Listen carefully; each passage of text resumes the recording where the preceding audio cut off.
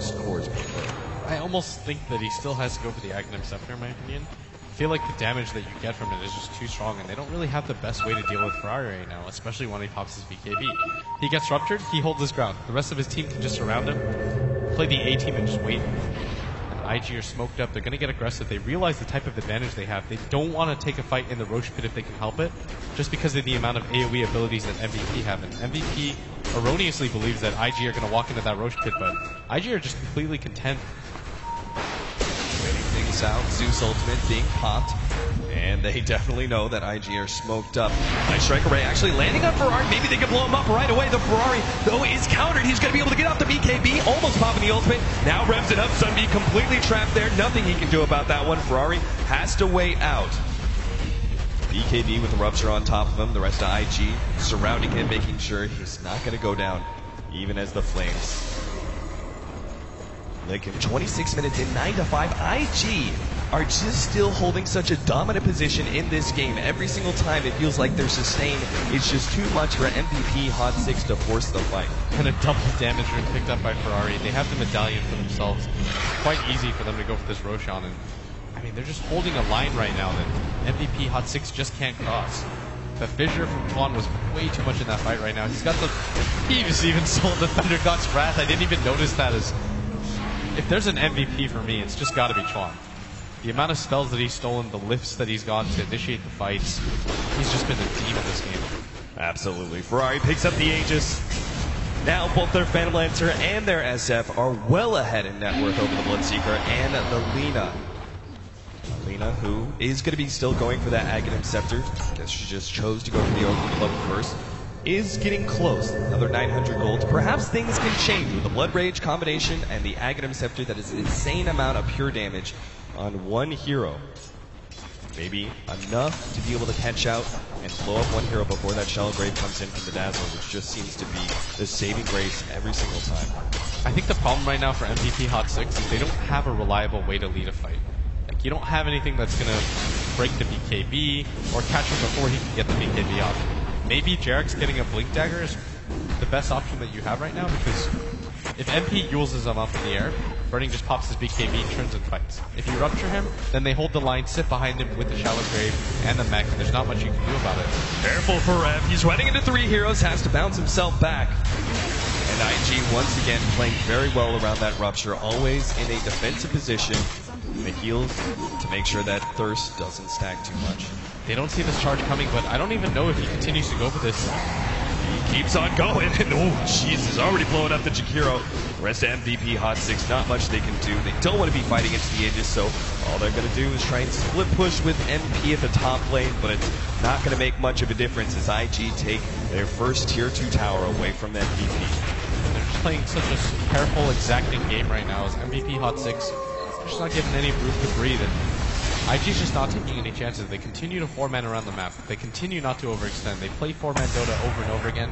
They're completely comfortable with MVP going for the split push style because it's still just Alina. Like, you can deal with her later on in the game. Even with their Aghanim Scepter, there's enough heal on your team that you're not going to feel too pressured. And Ferrari, as a result of that Aghanim Scepter, he knows it's coming. He's going to just go for pure HP with the Scotty. And he's almost there too. One ultimate down, another one coming in soon with Burning. Already has the Reaver to build into his heart. Any bit of pop that MVP Hot 6 thought that they had, it's just not going to matter against these two cores building up so much raw HP. So they're going to have to find perhaps a trickier way to be able to win a team fight. Right now their Tier 2 tower in the middle lane is being threatened. Again, they're just going for the split push from MP, but he can't really commit to that either against the Spirit Breaker. He has to TP back. Yeah, Lewis just using that ping pong ability of that charge to come back to that mid lane. They don't have to go for the high ground if they don't want to, because they've got wards in the MP jungle. They've got a ward right outside their bottom lane. It's so hard for MVP to leave their base without smoking up, but Jarex does have that Blink Dagger, and that's what I was talking about. They need a reliable way to initiate fights, and I don't really see how they're going to do this when IG have the vision that they have. Well, a BKB coming in, perhaps a blood-raged up Earthshaker with the initiation of Echo Slam. The problem's still going to be that his Aftershock is only level 2, so even when he jumps in, he's only got a 0.9-second stun. That feels like enough time for the SF to be able to get off his BKB ahead of the combination of Enchant Totem and Fisher.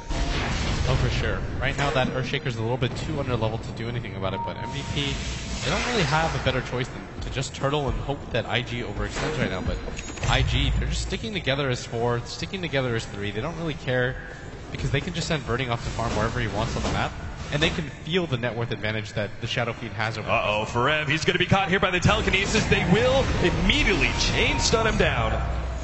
Another pick off for IG. As you said, staying grouped up as for finding the openings and Burning, just making sure that those lanes are pushed to the MVP Hot 6 side of the map. There's that Scotty. Ferrari now reaching 2,300 HP by 30 minutes. Yeah, it's pretty absurd right now, the amount of farm that he has. MVP Hot 6, I mean, their stomachs are going to go cold after they see that. Is going to be quite worried about how they're going to have to deal with Ferrari at some point in the game. The Aghanim Scepter on Lina is complete, but she's still only level 13. It's not quite enough damage to be able to slice through the amount of health that he has. He has 2,300 HP with the mech boost and one Shadow Wave. It pretty much cuts the Lina ult in half for him. Chuan, he's going to find it. Heen trying to go for the TP out, but immediately blink in from Chuan plus the telekinesis stop, and it's just inevitable at this point. Heen has got to be accepting his fate soon. His Spirit Breaker comes in, the Lance is there as well. He just backs himself up into a corner, but there is no escape. It's a good attempt by MVP Hot 6 to split up the map because they don't have any vision. They're pretty much doing this blind, but it's the best chance that they have right now. They can't just sit in their base, wait for IG to push, because IG is the type of team that just plays that annoying style of Dota where you want them to push, and they just won't. They'll just farm out your entire jungle. They're saying to themselves, okay, this is our TI redemption time. We're not going to go out in the lower bracket. We're at least going to make it to the top 12. There's no reason for us to take any unnecessary risks, and I completely agree with them right now.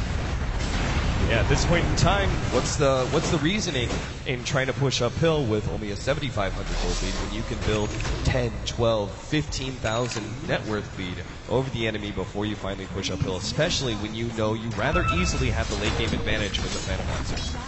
Yeah, the Phantom Lancer is always your trump card. He's your insurance policy. Anytime that you think that you're making progressive steps towards closing that net worth distance, he just continues to get far ahead. And he's got a fully completed heart, a diffusal blade, and you don't have the AoE necessary to deal with it. The Lina's kind of helpful, as is the Bloodseeker, but the Earthshaker just simply doesn't have the levels.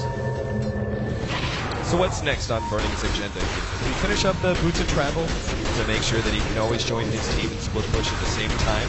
Or do you just stack even more raw HP, perhaps go for the Scotty next as well?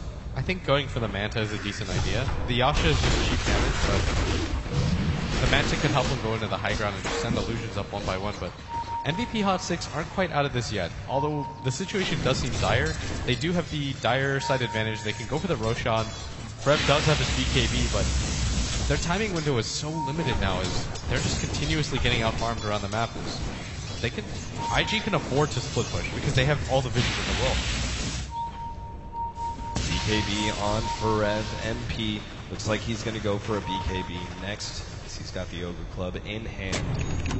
Not really any other items coming in for the Hot 6 team. At least not anytime soon anyway. IG, meanwhile, they've got a plethora of items that they're farming up because they are able to stay relatively split. Yes. Ferrari just farming out the enemy jungle. Looks like they're actually going to back up and go for smoke. They delay the deny on the tower long enough for Ferrari to get in here. And they can just decide to go for the 5-man right now because they've built up such a lead and Burning's pinging around the map. Do they have a gem on their team? That's probably the best investment that they can make right now that would allow them to win the game, because if they can just cut off the vision from MVP, that would force them to continue to play blind, and it just makes any sort of move that they want to go for so risky. Right, especially against the Spirit Breaker. Even just those one-off solo split pushes are easily countered.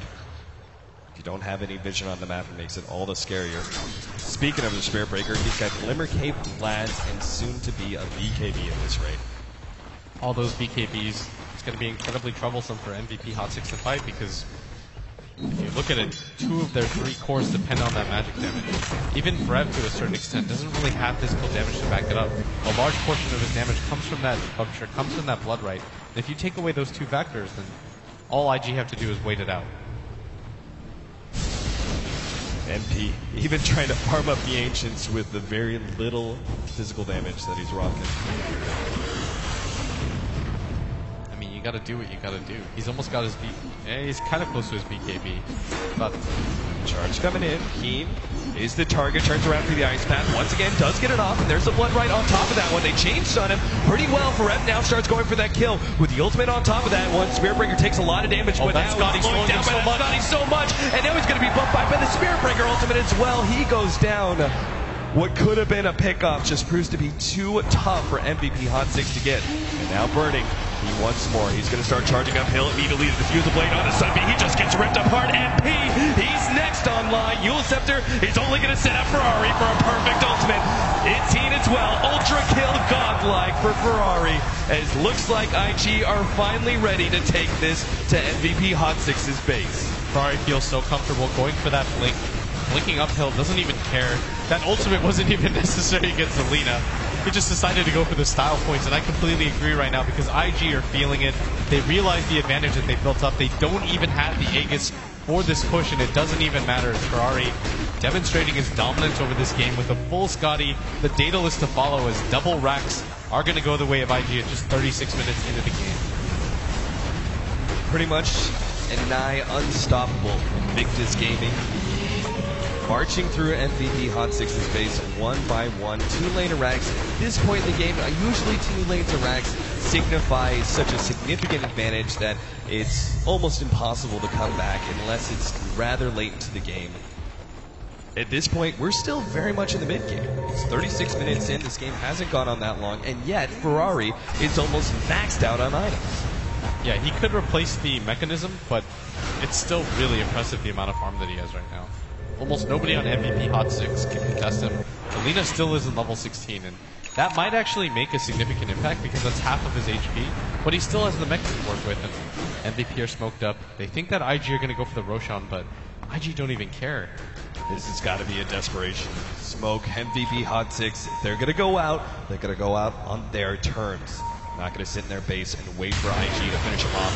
They're going to take the fight to IG. So Forev, he farms up the bottom lane. Meanwhile, the rest of his team pushes into the jungle. Smoke on smoke. MP going to be leading the way. The Fisher already stunning up Burning. They're going to chain stun him decently, but all that nuke damage only brings him to about half. Now Sunbeam's going to be targeted. Ferrari just jumps forward, and there it is. Before the fight's even done, GG is called from MVP Hot 6. They knew this one was over for a while. And this is so bittersweet as MVP Hot 6. They tried so far, just weren't quite there, but IG take a victory, and they did it in such a dominant fashion, showing that they are a team that should be feared. I think they're the last remaining team from the previous winners to make it through into the top 12. Absolutely. So IG skate on to day number 2. Of course, we're going to be saying goodbye now to MVP Hot 6, and that brings a close to our games for the night. Thank you to all you guys who have stuck around for the night. We're going to pass it off now to the analyst desk. Let's talk about this last game.